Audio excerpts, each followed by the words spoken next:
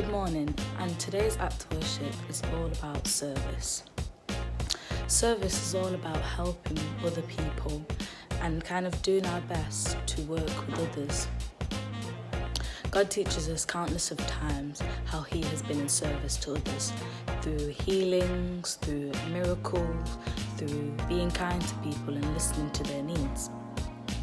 We too can be in service of other people, whether that be giving somebody a compliment, letting them go in the queue before us, saying just a kind word and just putting a smile on people's faces. So in this service today, I hope you have a good moment to think about what service is all about and what skills, gifts and talents you have as an individual that can help you to be in service to other people.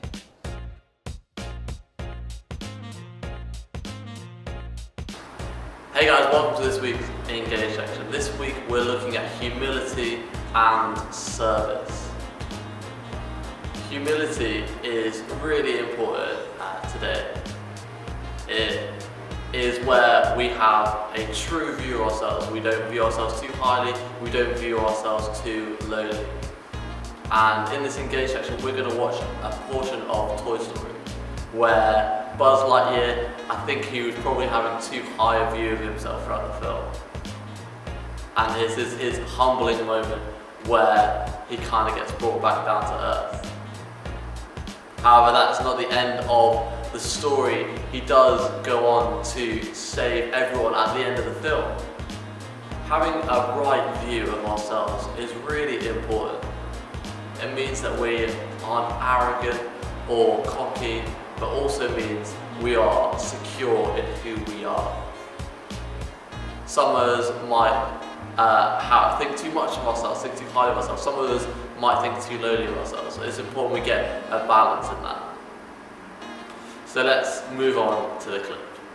Command. Do you read me? Buzz Lightyear responding, read you loud and clear. Buzz Lightyear, planet Earth needs your help. On the way. Buzz Lightyear, the world's greatest superhero, now the world's greatest toy. Buzz has it all. Blocking wrist communicator. Calling Buzz Lightyear. Karate chop action. Wow. Pulsating laser light. Total annihilation. Multi-phase voice simulator. Is a secret mission in uncharted space. Is a secret mission in uncharted And space. best of all, high-pressure space wings. To infinity and beyond. Not a flying toy. Get your Buzz Lightyear action figure and save a galaxy near you. Buzz Lightyear. Available at all Al's Toy Bound outlets in the Tri-County area. Welcome back to the Point Richmond Bowling Championship. Out among the stars I sail, way beyond the moon. In my silver ship I sail, a dream that ended too soon. Now I know exactly who I am and what I'm here for. You are a toy you can't fly. And I will go sailing no more.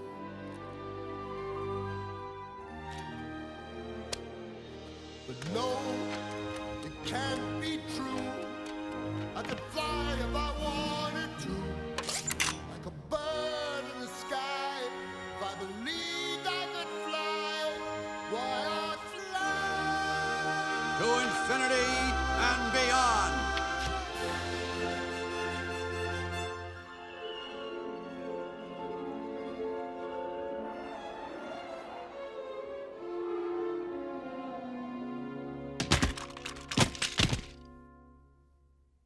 Clearly I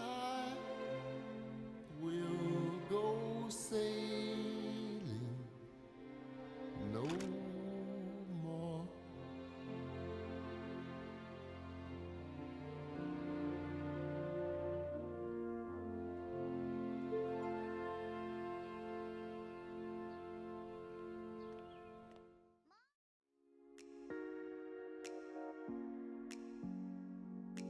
What is up? My name is Joe and I'm the new youth worker at St Maurice Church in Aspley.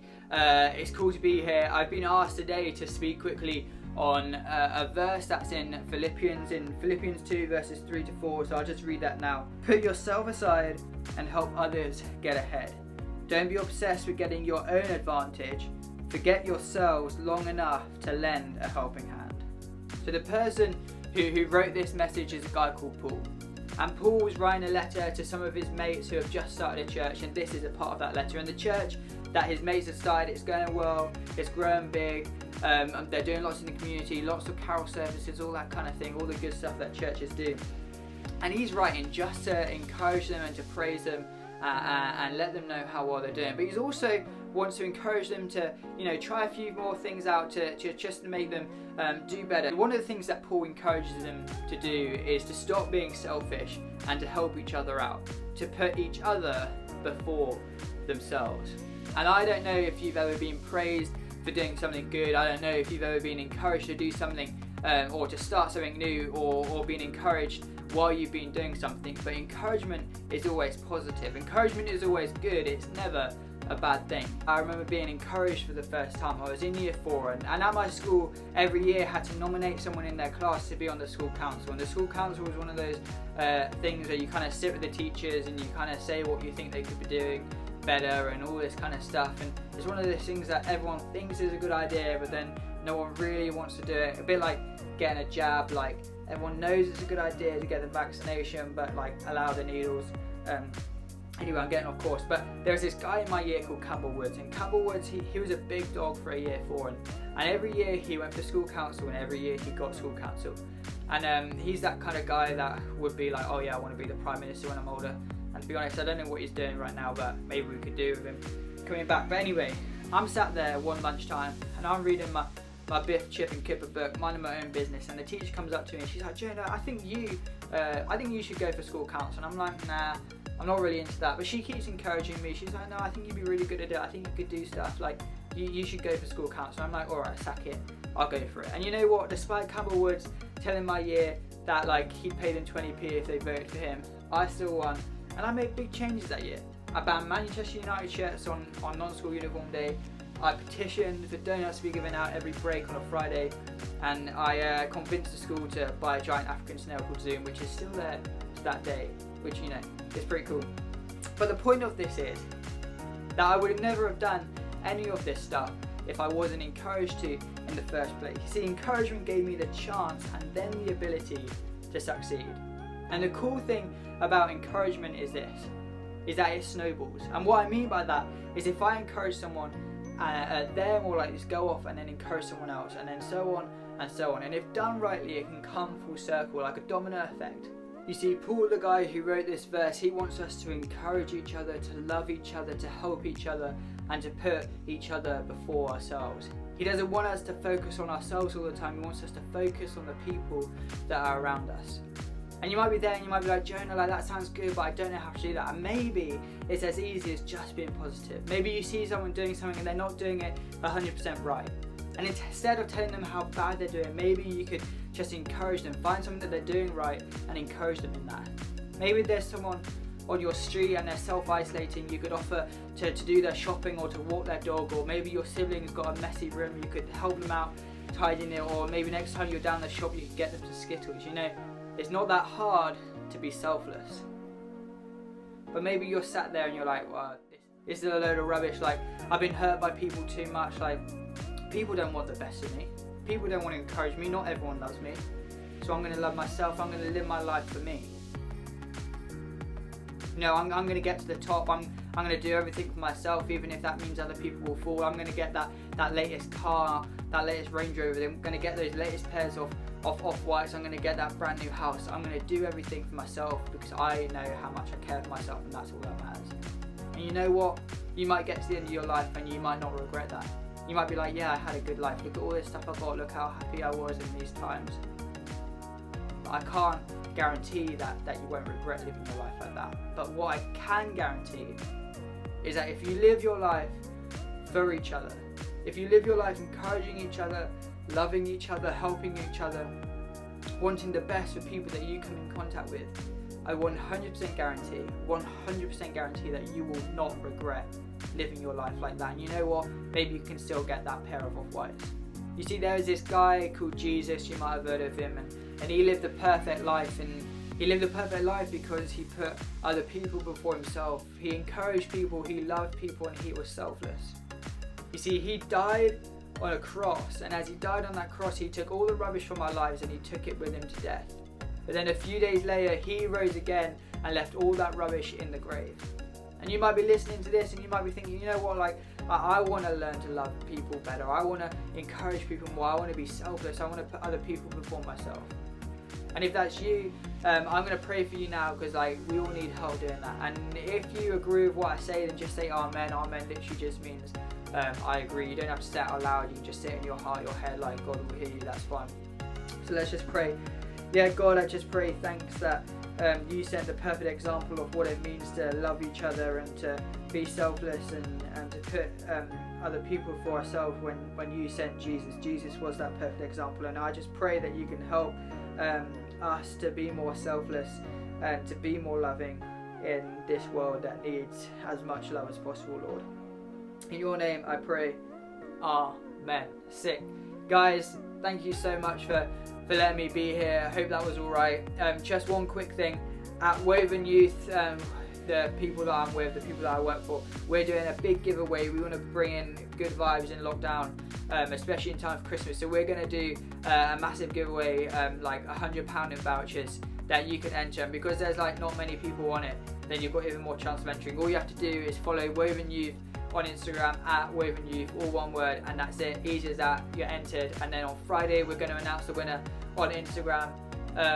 So happy days. Get on it. Get following us, and you might win some vouchers. See you out. See you around.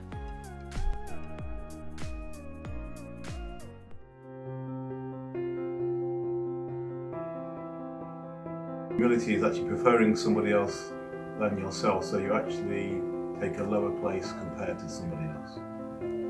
So C.S. Lewis, who was a fabulous Christian writer, said that humility is not thinking less of yourself, but thinking of yourself less. And that for me is a fantastic definition of humility. So I think humility is trying to be a better listener than you are a talker. I'm fond of the sound of my own voice as a head teacher, but actually listening to other people, I think that's a sign of real humility. Okay, good morning. An act of humility, I would say, is an example of being in the dining room and letting somebody in front of you, being kind. Humility is giving dignity to other people.